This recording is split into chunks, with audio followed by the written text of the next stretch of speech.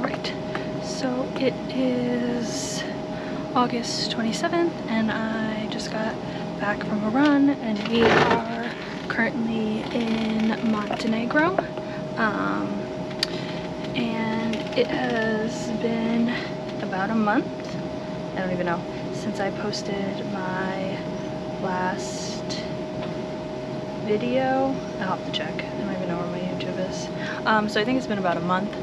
Obviously a lot has happened since then. We were in Germany. We had celebrated my partner's birthday, and then we went to my brother to celebrate his work promotion, and then we celebrated my birthday, and then we headed to Bosnia for 2 weeks, which is what this vlog is supposed to be about. We were in Sarajevo and then in Mostar.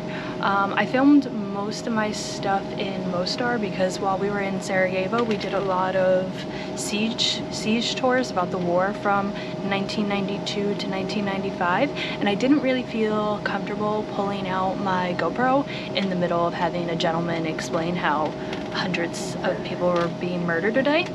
And it's also very sad. So though the city is beautiful, we didn't do a lot that didn't really involve learning about the war, even the walking tour and everything like that. And I realized that I'm not too comfortable just pulling my camera out randomly, so I am working on that.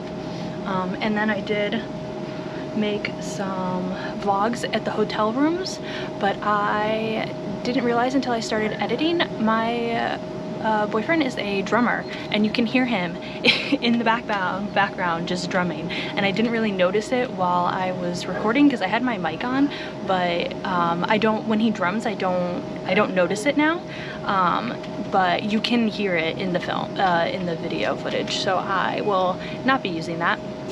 But I thought I would do a update because we're not in one hotel room anymore, so we're in an Airbnb, so there's more space for the two of us to be apart, and it's 8:30 in the morning, so he's still asleep. So I thought I would film an update and just do a little recap. So after we did Sarajevo and Mostar, and then we took the bus to Montenegro, and then we are here for a week or so, and then we head back to Germany.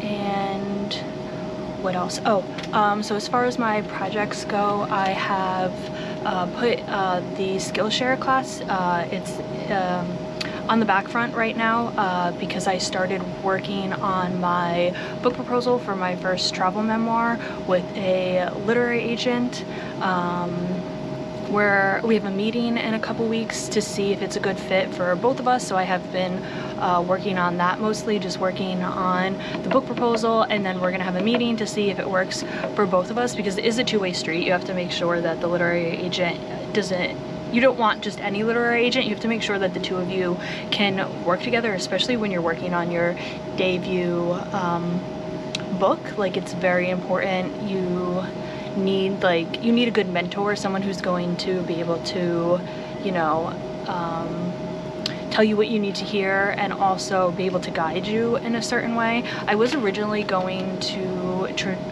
self-publish my travel memoir just to get it out there, but then when I had done the writing retreat at the beginning of the year in Mexico, I was speaking to the woman who was running it, Jessica, and she was like, I think you should try to traditionally publish, and then if you can't get it published with a publisher, then self-publish it. But I think just because there's a lot of benefits for both, and that's like a whole debate in its own on if you should traditionally publish or if you should publish yourself. And since I'm new to the industry, I think it would be good to publish it with a publishing house, only because of the fact, like, you get to work with a team and there's editors, and even though marketing is still on me and everything like that, the upfront cost of printing the book won't be on me, which is good. So obviously they give you when you get a book deal, they give you a not a stipend, I'm forgetting the word, oh, in advance, and then obviously that's what you have to make until that, and then you get royalties after.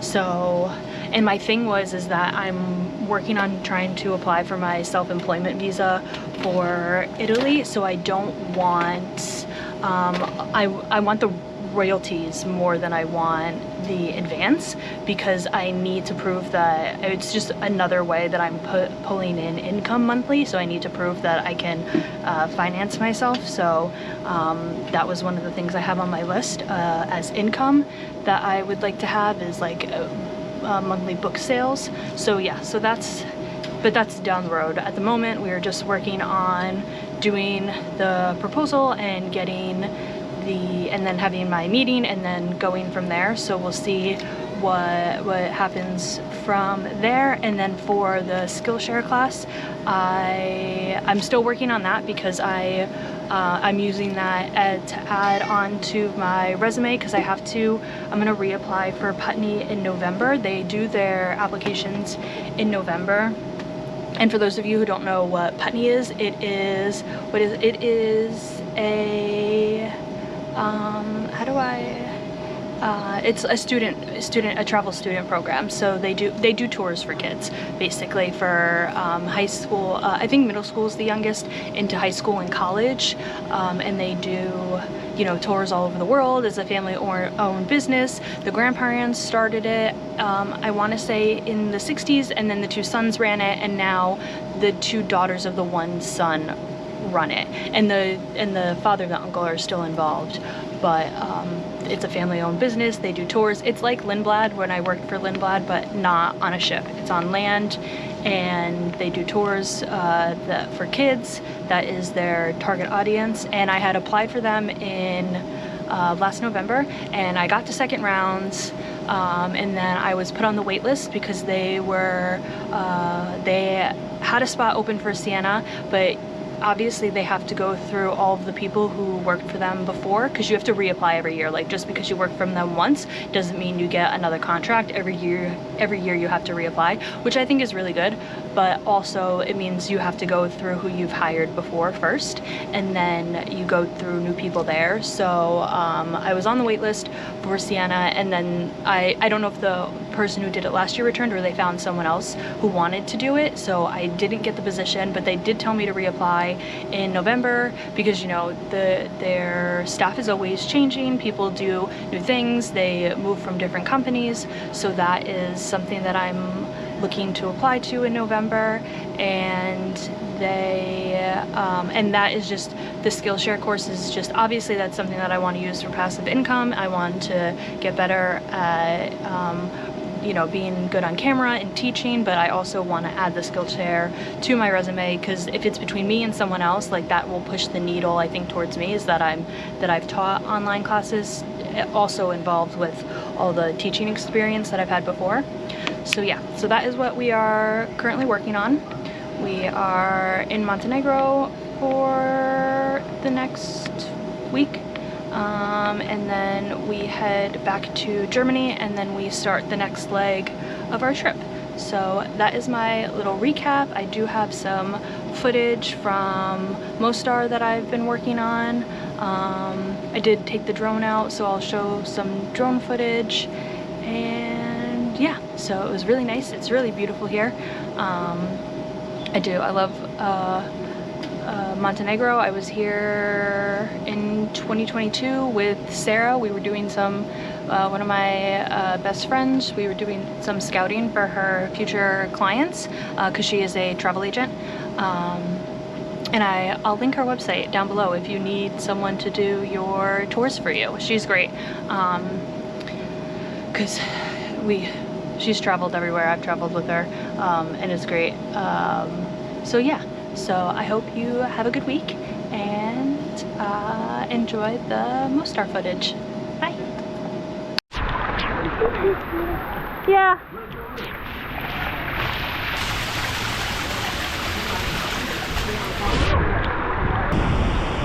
So we went on a tour, and then it started to rain.